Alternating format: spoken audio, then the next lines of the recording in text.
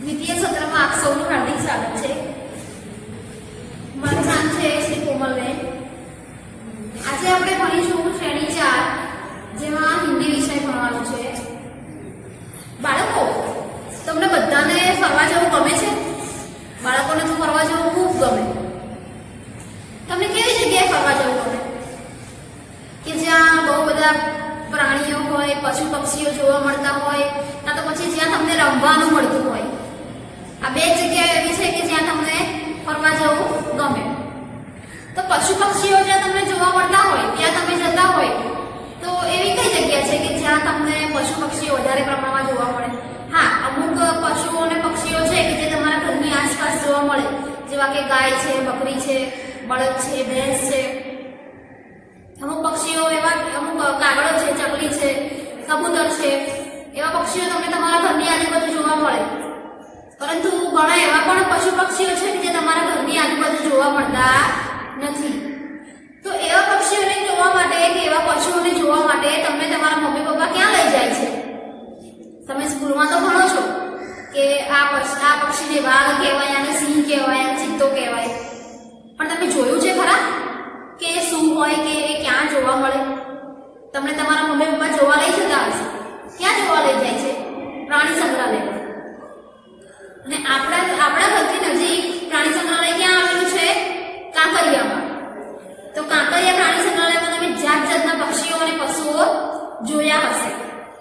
હવે તમે અહીંયા તમારા ઘરની આજુબાજુ જે જોયા છે, ગાય છે, ભેંસ છે, કૂતરો છે કે બળદ છે, બકરી છે, એ બધા કેવા પશુઓ કહેવાય?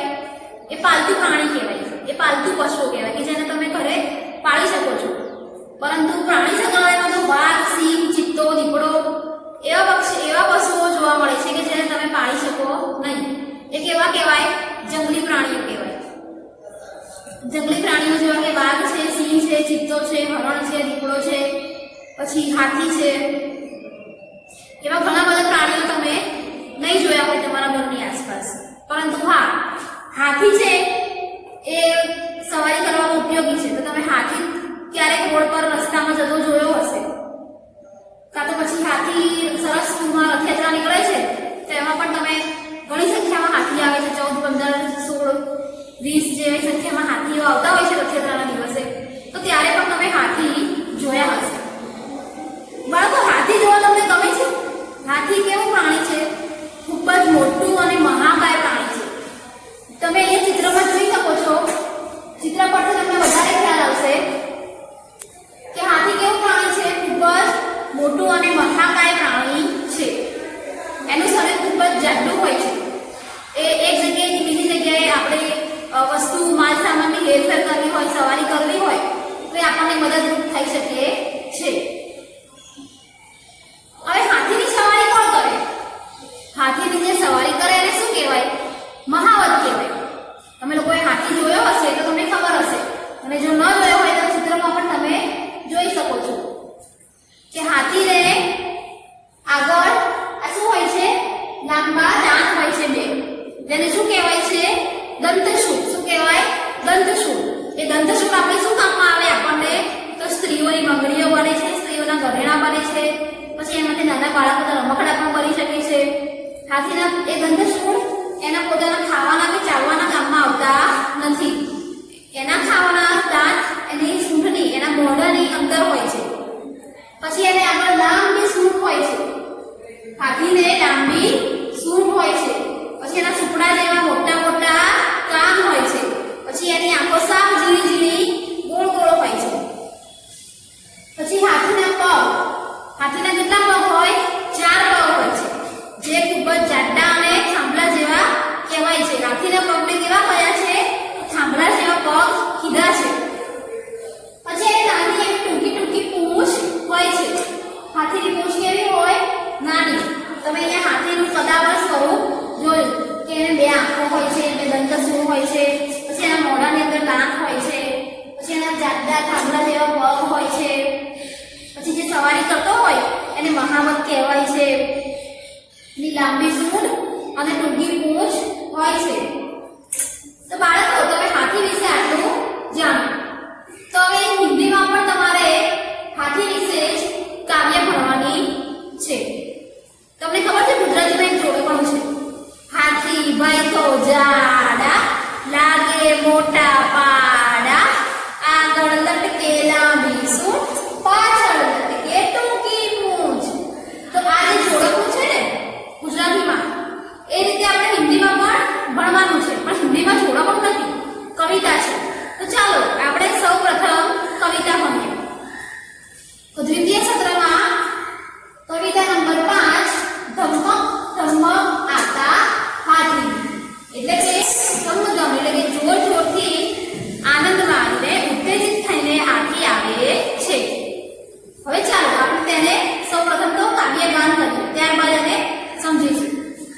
ધમક ધમક આતા હાથી, ધમક ધમક જાતા હાથી, अपनी सूंड उठाता हाथी, अपनी सूंड गिराता हाथी, अपनी सूंड हिलाता हाथी, अपनी सूंड घुमाता हाथी, धमक धमक आता हाथी, धमक धमक जाता हाथी, जब पानी में जाता हाथी, भर भर सूंड नहाता हाथी, कितने केले खाता हाथी, यह तो नहीं बताता हाथी, धमक धमक आता हाथी, धमक धमक जाता हाथी। હવે જો બાળકો કેવી સરસ કવિતા છે ને, તો ચાલો આપણે તેને સમજીએ। સૌપ્રથમ કીધું છે ધમક ધમક આતા હાથી। ધમક ધમક એટલે કે ધમક એટલે કે જોર કરીને, ઉત્સાહમાં આવીને, આનંદિત થઈને આવવું। તો ધમક ધમક આતા હાથી એટલે કે ખૂબ જ જોશમાં આવીને, ખૂબ જ આનંદિત થઈને હાથી આવે છે। અને ધમક ધમક જાતા હાથી એટલે કે આનંદિત થઈને, ઉત્સાહમાં આવીને હાથી પાછો જાય છે।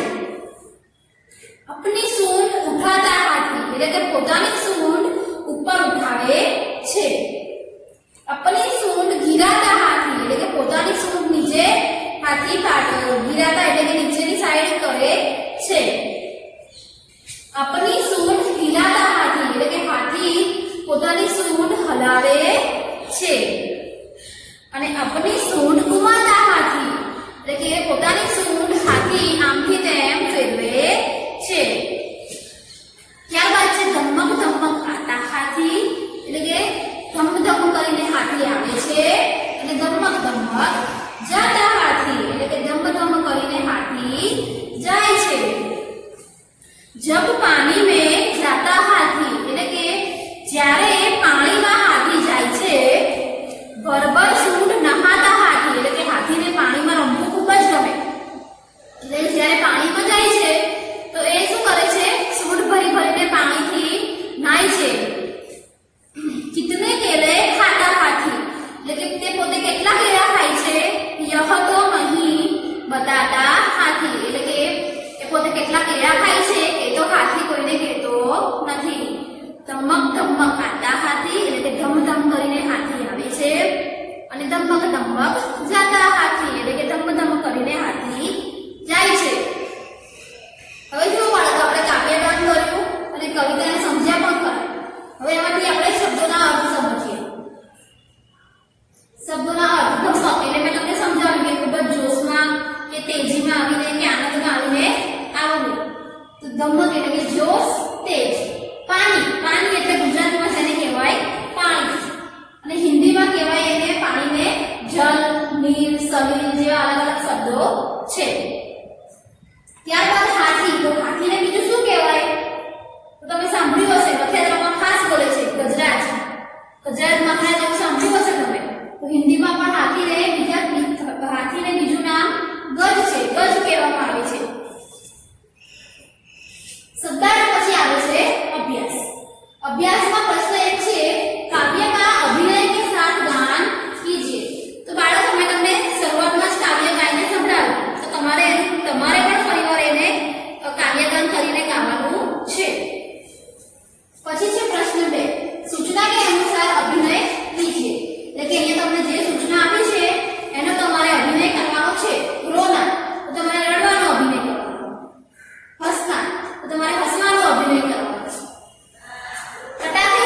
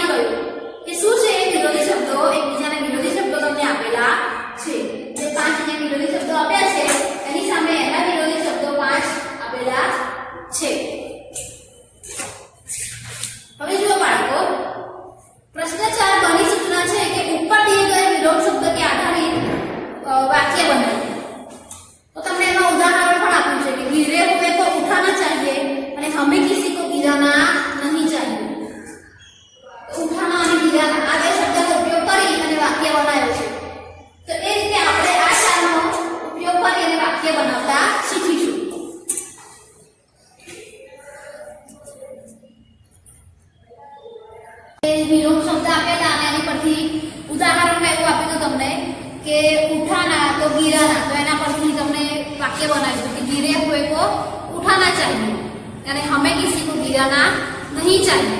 એ તમને ઉદાહરણ આપેલું છે. હવે આગળ જે બીજા વિરોધી શબ્દો છે એના વાક્ય આપણે જાતે બનાવેલા છે. અહીંયા આના તો જાના એટલે કે આવવું અને જવું, જે મેં તમને અગાઉ એના અર્થ સમજાવી દીધા છે. મુझे पाठशाला आना पसंद है એટલે કે મને શાળામાં આવવું પસંદ છે. पाठशाला से जाना पसंद नहीं है એટલે કે શાળાએથી જવું પસંદ નથી. छोटा तो बड़ा એટલે કે નાનું અને મોટું. मेरा एक भाई मुझसे छोटा है એટલે કે મારો એક ભાઈ મારાથી નાનો છે. एक भाई मुझसे बड़ा है એટલે કે એક ભાઈ મારાથી મોટો પણ છે. ઊંચા તો નીચા એટલે કે ઊંચું અને નીચું, હાઈટમાં ઊંચું અને હાઈટમાં નીચું. ગિરનાર ઊંચા પર્વત છે એટલે કે ગિરનાર પર્વત કેવો છે? ખૂબ જ ઊંચો છે, ઊંચાઈ એની વધારે છે. ચોટીલા નીચા પર્વત છે એટલે કે ચોટીલા પર્વત કેવો છે? ઊંચાઈમાં નીચો છે. પકડના કે છોડના? मगरमच्छ એટલે કે મગર आदमी को पकड़ता है तो छोड़ता नहीं है એટલે કે મગર છે એ કોઈ વ્યક્તિને પકડે તો તેને છોડતો નથી. હવે તમે પ્રશ્ન 4 જુઓ બાળકો. પ્રશ્ન 4 માં તમને એક ચિત્ર આપ્યું છે, સોરી એમાં 4 ચિત્રો આપ્યા છે અને પ્રશ્ન 4 ની સૂચના આપી છે કે ચિત્ર કે આધાર પર કહાની કથન કીજીએ. હવે એમાં તમે 4 ચિત્રો જોઈ શકો છો. આ પહેલું ચિત્ર, આ બીજું ચિત્ર, આ ત્રીજું અને ચોથું. હવે પહેલા ચિત્રમાં તમને શું દેખાય છે? તો એક સિંહ છે, હરણ છે, સસલું છે, પછી બળદ છે, અહીંયા ઊંટ છે, પછી બકરી છે, ઘણા બધા પ્રાણીઓ અહીંયા જોવા મળે છે. પછી બીજા ચિત્રમાં છે સસલું અને સિંહ, ત્રીજામાં પણ સસલું અને સિંહ, અને અહીંયા સિંહ, સસલું અને એક કૂવો છે જેમાં સિંહનું પ્રતિબિંબ દેખાઈ રહ્યું છે. તો આ ચિત્ર છે એ તમને કોઈ વાર્તા સમજાવવા માંગે છે. તો ચાલો આપણે તે વાર્તા સમજીએ.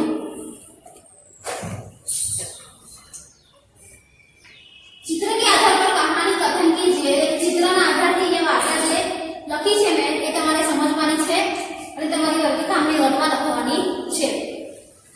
જંગલ में एक सिंह रहता था એટલે કે જંગલમાં એક સિંહ રહેતો હતો. बहुत से अन्य जानवर भी रहते थे. હવે બાળકો જંગલ હતું એટલે જંગલમાં ફક્ત સિંહ જ રહે એવું જરૂરી થોડી છે. બહુ બધા અલગ અલગ जानवर પણ એમાં રહેતા હતા. सिंह जानवरों को अपनी मर्जी के अनुसार मार कर खा जाता था. એટલે કે સિંહ કેવું કરતો હતો? કોઈ પણ जानवर દેખાય અથવા તો આમ તેમ ફરતું એને કોઈ जानवर દેખાય તો તેને પોતાની મરજી અનુસાર એને મારીને ખાઈ જતો હતો. सभी जानवरों ने इकट्ठे होकर सिंह से कहा कि वे रोज एक जानवर भेजेंगे. सभी जानवरों ने इकट्ठे होकर એટલે કે બધા જે જાનવર હતા, બધા જ પશુઓ પ્રાણીઓ હતા એ બધા ભેગા થયા. ઇકટ્ઠે હોकर એટલે બધા એક જગ્યાએ ભેગા થયા અને સિંહને કીધું કે તે લોકો જાતે જ દરરોજ એક જાનવર તમારી પાસે શિકાર માટે મોકલશે.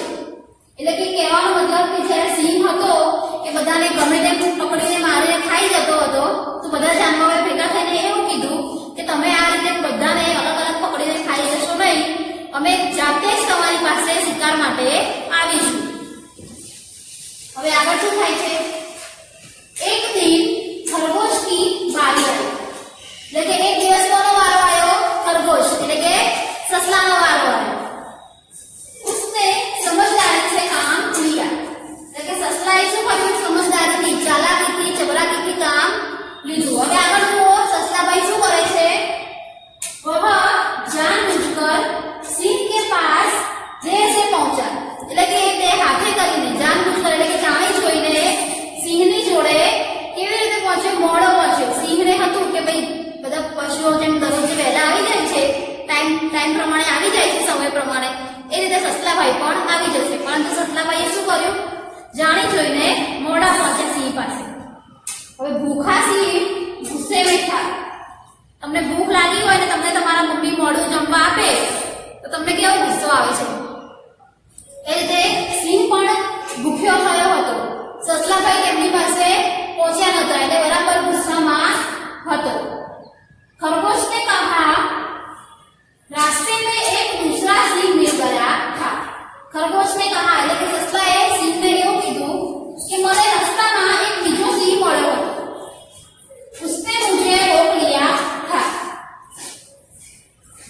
રસ્તામાં જે બીજો સિંહ મળ્યો એણે મને રોકી રાખ્યો હતો.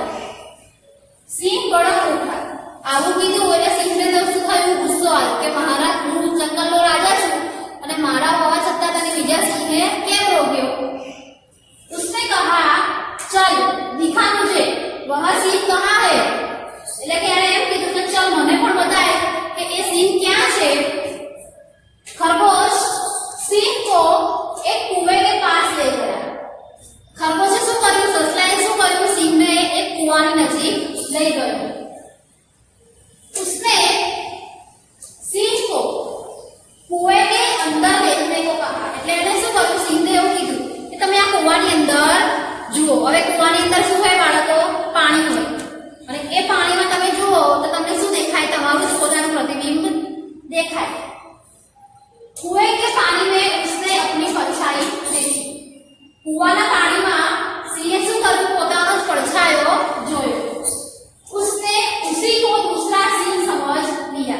હવે તમને તમારો પોતાનો પડછાયો દેખાતો હોય તો એ શું છે? અંદર કોઈ માણસ હોય નહીં, પરંતુ તમારો પોતાનો જ પડછાયો છે એવી આપણને સમજ પડે છે. પરંતુ સિંહને એવી સમજ પડી નહીં.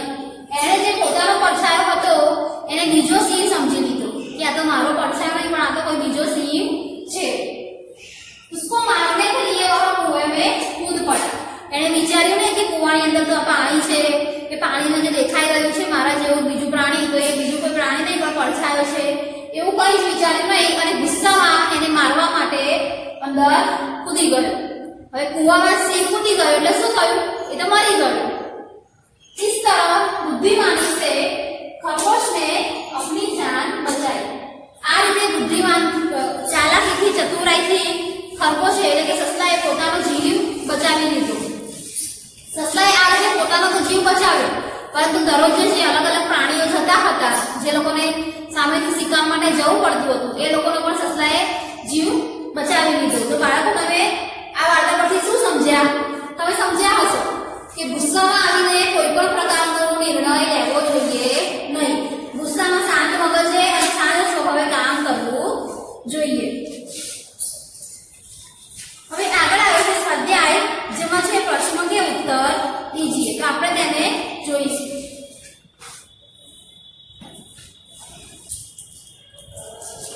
જો બાળકો આપણે સ્વાધ્યાયમાં પ્રશ્નો કે ઉત્તર દીજીએ. अलग अलग प्रश्नों आप्યા છે અને એના જવાબો લખવાના છે. हाथी किस तरह से आता है? એટલે કે હાથી કેવી રીતે આવે છે? તો આપણે કાવ્યમાં સમજ્યા હતા કે ધમક ધમક आता हाथी, धमक धमक जाता हाथी. એટલે કે हाथी किस तरह से आता है? तो हाथी धम धम करके आता है. नहाने के लिए हाथी सूंड में क्या भरता है? એટલે કે નાહવા માટે હાથી સૂંઢમાં શું ભરે છે?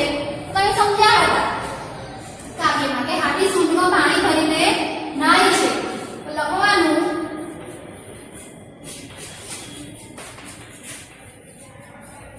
नहाने के लिए हाथी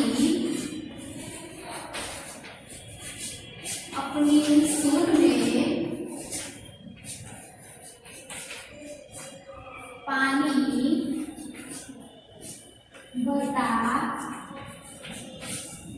है. हाथी क्या खाकर नहीं बताता है? એટલે કે હાથી શું ખાય છે અને પછી કહેતો નથી. તો હાથી केले खाकर बताता नहीं है. हाथी पानी कहाँ डालता है? क्यों? એટલે કે હાથી પાણી ક્યાં નાખે છે અને શાના માટે નાખે છે? તો તમે કાવ્યમાં સમજ્યા હતા કે હાથી એના શરીર પર પાણી નાખે છે નાહવા માટે. તો હાથી अपने अपने ऊपर अथवा तो अपने शरीर पर पानी डालता है हाथी नहाने के लिए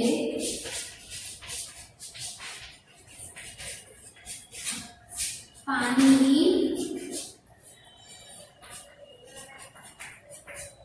डालता है।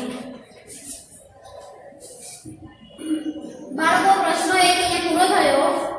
प्रश्न 2 चित्र में हाथी के कुछ अंग नहीं है, उसे पूर्ण कीजिए एवं चित्र रंग से भरिए। એટલે કે તમારી પાસે ચોપડી હોય તો તમે જોઈ શકો છો કે તમને ચિત્રમાં એક હાથી આપ્યો છે। એ હાથીના અમુક અંગ નથી દોરેલા, જેમ કે જો અહીંયા સૂંઢ અધૂરી છે, અહીંયા પૂંછ અધૂરી છે, અહીંયા એક પગ થોડો દોરવાનો બાકી છે, તો એ બધું તમારે દોરવાનું